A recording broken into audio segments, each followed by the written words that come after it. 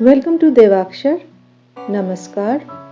We will continue with the book How to Overcome Mental Tension by Swami Gokulanadaji Maharaj. Gokulanandaji was a monk of the Ramakrishna order.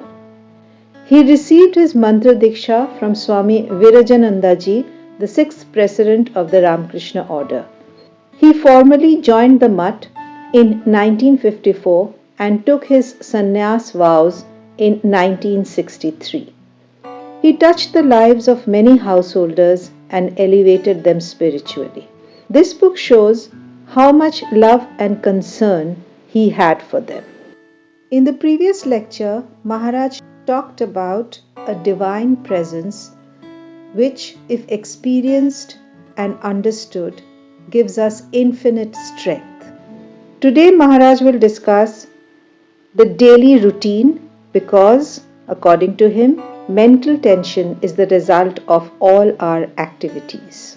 Maharaj says, since mental tension is the result of our activities, let us analyze our daily routine. Our day-to-day activity can be divided into 4 different life areas. We have our work, that is, we go to our field of work. Then we come home to our family and children. This is another aspect of life. Sometimes we go out, get an invitation from a friend to go for a picnic, a birthday party, or some other special occasion. This is a social commitment. Thus, society and friends constitute another area of life. In addition, one has moments of leisure such as sports, going to the club, watching television, which is the last of the 4 areas of life. Mental tension may differ in each life area. For example, some may face an excessive nervous tension during work, but very little at home due to an understanding wife. Suppose something happens in the office, as for instance, the boss is cross with his subordinate and gives him work which he does not like. Since he has to earn his livelihood, the subordinate is helpless. He cannot refuse to do the unpleasant work. He has to make adjustments, and this causes acute mental tension. He comes back home. If he finds a sweet, loving, understanding wife who can share the agonies of her husband, there is peace.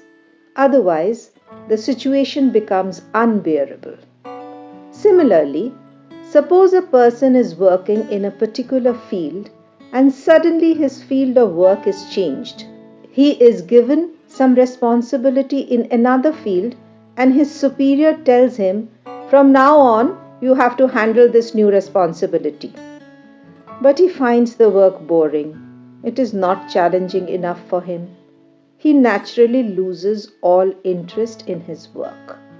This may give rise to nervous tension. This is because he is bored, has no challenge to overcome, and finds himself drifting. But in such a situation, we should be able to make adjustments. Maharaj continues, in any case, as we noted already, we should be aware of the fact that tension or stress is part of life today. We should be able to use it to our advantage rather than be defeated by it. We have to recycle it so that we have a healthy, well-balanced and integrated life. For this, the right kind of motivation is needed, since right motivation is an antidote to tension and stress. A person without right motivation is like a ship without a rudder. In this connection, a very important and relevant observation was made by Martin Luther King, who had a very pragmatic approach to life's conflicting problems and challenging situations. He said, "The ultimate measure of a person is not where he stands in moments of comfort and convenience, but where he stands in times of challenge and controversy."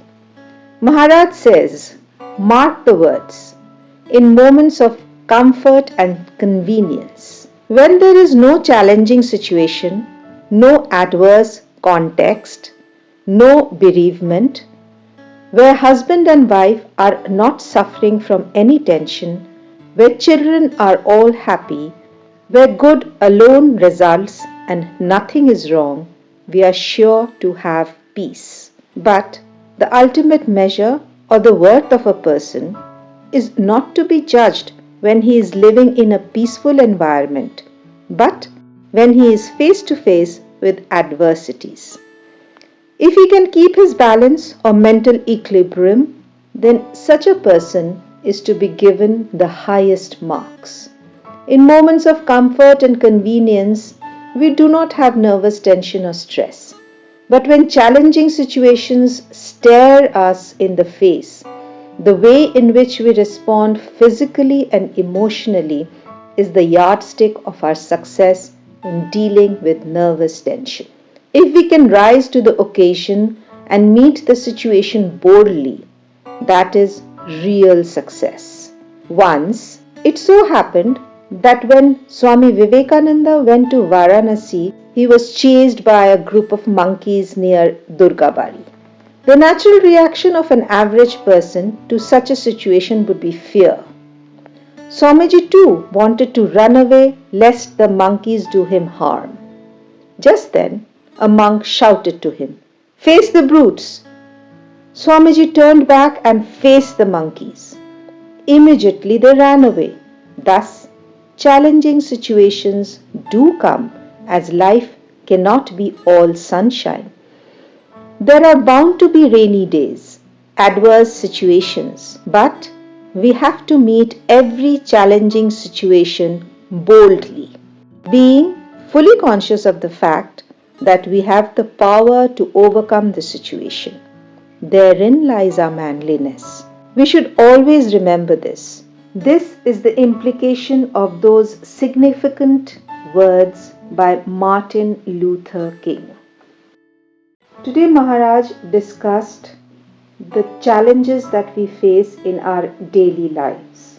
In the next session, Maharaj tells us that it is not only those who work hard are subject to different kinds of mental tension, but many others who do not do hard work are also faced with mental tension. He discusses it with examples. Hope this book will help you to overcome mental tension. Do subscribe to our channel, share and like the videos. Thank you for watching Devakshar.